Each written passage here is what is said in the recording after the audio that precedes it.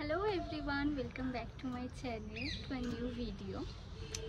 এই ভিডিওটা হচ্ছে মোস্ট রিকোয়েস্টেড একটা ভিডিও, যেটা হচ্ছে আমি যে রিসেন্ট কালিম্পং কার্শিয়াং ট্রিপটা করেছি, ওই ট্রিপের হোমস্টে, কার ডিটেলস, পুরো ট্রিপ বাজেট, ওটা নিয়েই এই ভিডিওটা আমি শ্যুট করছি।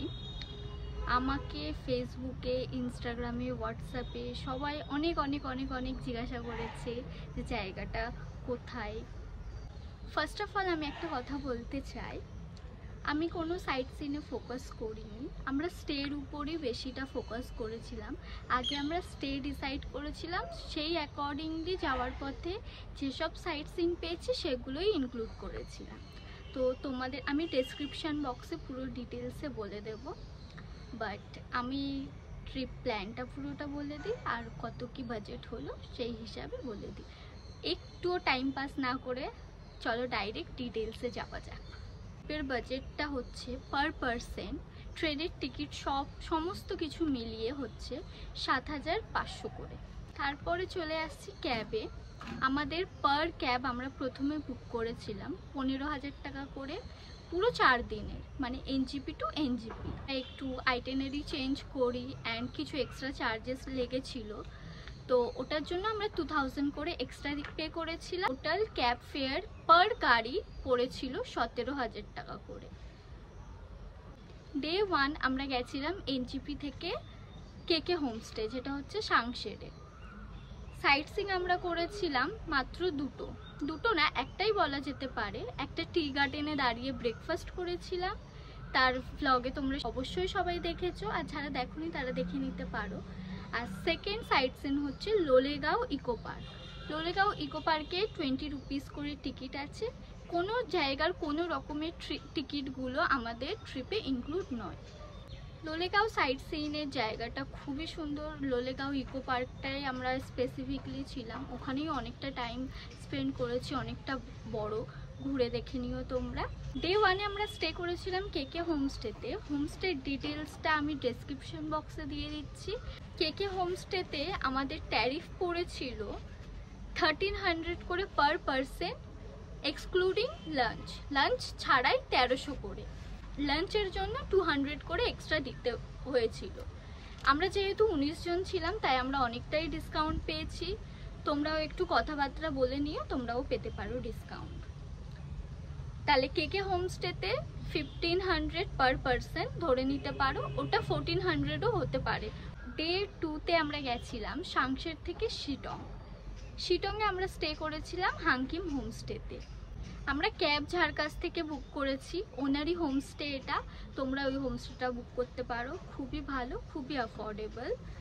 অ্যান্ড আমরা ডে 2তে সাইট সিং কভার করেছিলাম ডেলো পার্ক, ওখানেও ছিল 20 রুপিস করে পার পারসন টিকিট। প্যারাগ্লাইডিং করা যায় ডেলো পার্কে। নেক্সট আমরা গেছিলাম মংপু রবীন্দ্র ভবন, সেখানেও 25 টাকা করে টিকিট ছিল, ওখানে ফটো তোলা নিষিদ্ধ। থার্ড আমরা গেছিলাম যোগীঘাট রিভার সাইড, সেটা আমাদের ওই হাংকিম হোমস্টে যাওয়ার পথেই ছিল। পাহাড়ের উপর থেকে একটা নদী, সরু নদী বয়ে চলে এসছে, আর ওই জায়গাটা একটা মানে স্টোনের জন্য পুরো একটা ঝর্ণার আকার, ছোট্ট মতো ঝর্ণার আকার ধারণ করেছিল। তো ওই জায়গাটা গেছে, ওই জায়গাটা যেও, অবশ্যই ভালো লাগবে। ওখানে একটা ব্রিজ আছে, হ্যাঙ্গিং ব্রিজ, পুরো তিবেতিয়ান ফ্ল্যাগ দেওয়া, খুব সুন্দর ওই জায়গাটা ভিউজ আসে, তোমরা ওখানে যেতে পারো। এটা হয়ে গেছে আমাদের সেকেন্ড সাইট সিন। যে ক্যাবটা আমরা বুক করেছিলাম প্রভাতজি, ওনারই হোমস্টেটাও খুবই সুন্দর ছিল। ওই হোমস্টেতে আমাদের ট্যারিফ পড়েছিল 1200 করে পার পারসন, 4 বেলা খাওয়া দাওয়া, মানে including lunch, snacks, dinner and breakfast পরের দিনে। এটা সেকেন্ড হোমস্টে হয়ে গেল। হাংকিমের ক্ষেত্রে প্লাস পয়েন্ট যারা হচ্ছে, অনেক মুসলিমরা ঘুরতে যায়, তারা চিকেন অ্যাভয়েড করে বিকজ অফ হালালের জন্য, কিন্তু আমার মনে হয় না হাংকিমে গেলে হালালের কোনো প্রবলেম হবে। আমরা যদি চিকেন খাই তাহলে আমরা নিজেরাই হালাল করে দিতে পারি, কেটে দিতে পারি আর কি, চিকেনটা ওনারা কুক করে দেবেন। তো এটা একটা খুব ভালো পয়েন্ট প্রত্যেকটা মুসলিমের জন্য, আমার মনে হয়, যারা আর কি খাবার দাবারে কনসিয়াস থাকে তাদের জন্য। এটা হচ্ছে খুব বড় একটা প্লাস পয়েন্ট। থার্ড সাইট সিইংয়ের কথা বলি। অ্যাকচুয়ালি আমরা ডে 3তে স্টে করছিলাম কার্শিয়াংয়ে, অ্যান্ড আমরা সাইট সিন করেছি তাকদা তিনচুলে সাইট সিন। আমরা ফার্স্ট গিয়েছিলাম লামাহাট্টা ইকো পার্ক, যেখানে আমি ধপাস ধপাস করে পড়ে গেছি। ভ্লগে সবটা শেয়ার করা আছে, তোমরা দেখে নিতে পারো। সেকেন্ডলি আমরা গেছিলাম গুম্বাধারা টি গার্ডেন। গুম্বাধারা টি গার্ডেনে ওখানে নেপালি ড্রেস রেন্টে পাওয়া যায়, তোমরা ওই ড্রেসগুলো রেন্ট নিয়ে ফটো তুলতে পারো। থার্ড জায়গায় যেখানে গেছিলাম ওটা হচ্ছে গুম্বাধারা ভিউ পয়েন্ট। ওটা একটা 180 ডিগ্রি মতো ভিউ পয়েন্ট আছে, ওখান থেকে একটা ভালো মাউন্টেন ভিউ দেখা যায়, কিন্তু আনফর্চুনেটলি মেঘের কারণে আমরা দেখতে পাইনি। তাই ওই ফোর্থ আমরা গেছিলাম সিক্সিং ভিউ পয়েন্ট, ওটাও আনফর্চুনেটলি বন্ধ হয়ে গেছিলো। ওটা 4টে পর্যন্ত খোলা থাকে, তারপরে বন্ধ হয়ে যায়। তো আমরা একটু বাইরে থেকেই ঘোরাফেরা করে তারপরে আমরা রিশান কটেজে ব্যাক করেছিলাম। থার্ডটা আমরা খুব আশা করেই বুক করেছিলাম, কিন্তু থার্ডে আমরা স্টে করার টাইম খুবই কম পেয়েছিলাম। সাইট সিনের জন্য ভালোভাবে জায়গাটাকে এক্সপ্লোরই করতে পারলাম না, ভালোভাবে তোমাদের কাছে প্রেজেন্ট করে দেখাতে পারলাম না, কিন্তু তাও আমি ফটো ভিডিওস যতটা পেরেছি তোমাদের সাথে শেয়ার করেছি। আর থার্ড যে হোমস্টে, অ্যাকচুয়ালি হোমস্টে না, ওটা একটা কটেজ ছিল, ওটার নাম হচ্ছে রিশান কটেজ। ওটা হচ্ছে সিটং কার্শিয়াংয়ে অবস্থিত। রিশানের দু ধরনের রুম আছে, একটা আছে ডিলাক্স কটেজ আর একটা আছে স্ট্যান্ডার্ড কটেজ। আর প্রত্যেকটা রুমে 4 জন করে থাকতে পারবে, 2টো করে বেড আছে। যদি ডিলাক্স কটেজে 2 জন বুক করে সেক্ষেত্রে পড়বে 1800 করে, 1800 পার পারসন। কিন্তু ওটা 4 জন করে করলে হয়তো একটু কমতে পারে, 1700ও হতে পারে। স্ট্যান্ডার্ড কটেজেও সেম 1600 করে পার হেড পড়ে যাবে, ইনক্লুডিং 4 টাইমস মিল। কিন্তু একটা কথা না বললেই পারলাম না, রিশান কটেজের যে খাওয়া দাওয়ার কোয়ালিটি ছিল ওটা আরও 2টো জায়গার থেকে ভালো ছিল।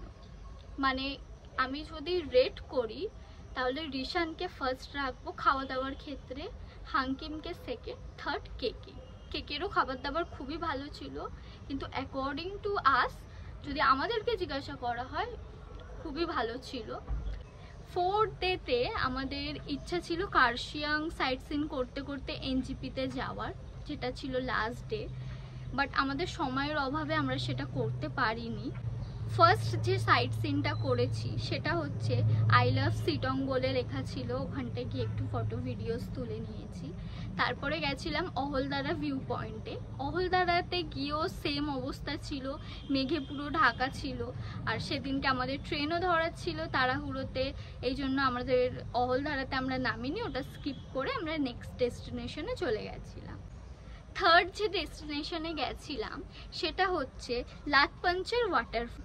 যারা মনসুনে যাবে তারাই ভালোভাবে দেখতে পাবে, বাকি অন্য কোনো টাইমে ওটা থাকে না। ওটা মনসুনের জন্য কি হয়, পাহাড়ের ওপর থেকে জলের স্রোত হয়ে এসে উঁচু পাহাড়ের ওপর থেকে পাথরের ওপর পড়ে পড়ে একটা ওয়াটারফলসে তৈরি হয়েছে, যেটা মানে জুন জুলাই আগস্টে আরও বেশি ভালোভাবে বোঝা যায়, তারপরে ভ্যানিশ হয়ে যাবে, তারপরে আর দেখা যাবে না। তো ওই ভিউ পয়েন্টটা দেখার পর আমরা ডাইরেক্টলি চলে গেছিলাম এনজিপিতে। আমি যে 3টে জায়গায় ঘুরেছি 4 দিনে, আমি এমন কোনো জায়গা নেই যে আমি তোমাদেরকে বলতে পারবো, মানে খারাপ রিভিউ আর কি দিতে পারবো। 3টে জায়গায় অপূর্ব সুন্দর। আমি মোস্টলি সাইট সিন তো দেখে বুক করিনি, আমি অ্যাকচুয়ালি বুক করেছিলাম হোমস্টেতেই যাওয়ার জন্য, ওখানে স্টের জন্য মেনলি বুক করেছিলাম।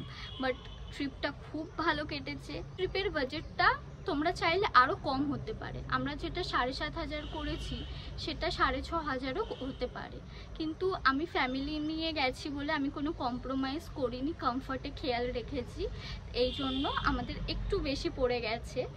আর তার উপর থেকে তোমরা চাইলে এই ট্রিপগুলো আরও কমে করতে পারো যদি ট্রাভেল এজেন্সি থেকে যাও, কিন্তু ট্রাভেল এজেন্সি থেকে ট্রিপ করা মানে ওনারা যে জিনিসগুলো বুক করে দেবে, ওনারা, আমি যে হোমস্টেগুলো নিজে পছন্দ করে বুক করেছি ওটা ট্রাভেল এজেন্সির দ্বারা হতো না, আর হলেও রেট অনেক হাই হয়ে যেত, যেহেতু মানে first person, second person, third person হয়ে আমার কাছে রেটটা আসতো, তা এই জন্য আরও কমে যেত। এই জন্য আমি খুঁজে খুঁজে সার্চ করে করে আমি সবাইকে পার্সোনালি ফোন করে করে বুকিংস করেছি, প্রচুর চুটিয়ে মজা করেছি।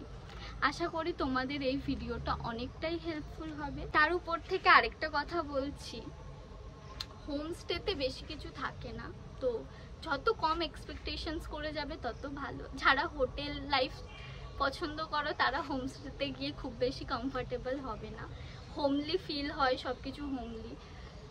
আর যেটা মেইনলি কথা, ঘুরতে বেড়াতে গেলে একটু কম্প্রোমাইজ করতে হয়, একটু অ্যাডজাস্টমেন্ট করতে হয়। অ্যাডজাস্টমেন্ট না করতে পারলে ঘুরতে ঘুরতে তোমরা যেতে পারবেই না। যেখানে আমি 7,500 টাকায় ঘুরে এসেছি, সেখানে তোমরা 17,500 টাকা দিলেও ওইভাবে ঘুরে আসতে পারবে না। জায়গায় ঘুরতে গেলে একটু আলাদা অনুভূতি, ওগুলোকেও এনজয় করতে হয়। এই হচ্ছে আজকের ভিডিও। আশা করি এই ভিডিওটা তোমাদের অনেক হেল্পফুল হবে।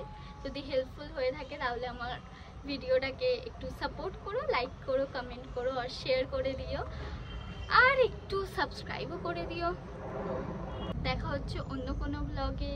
By bye, thank you for watching this video.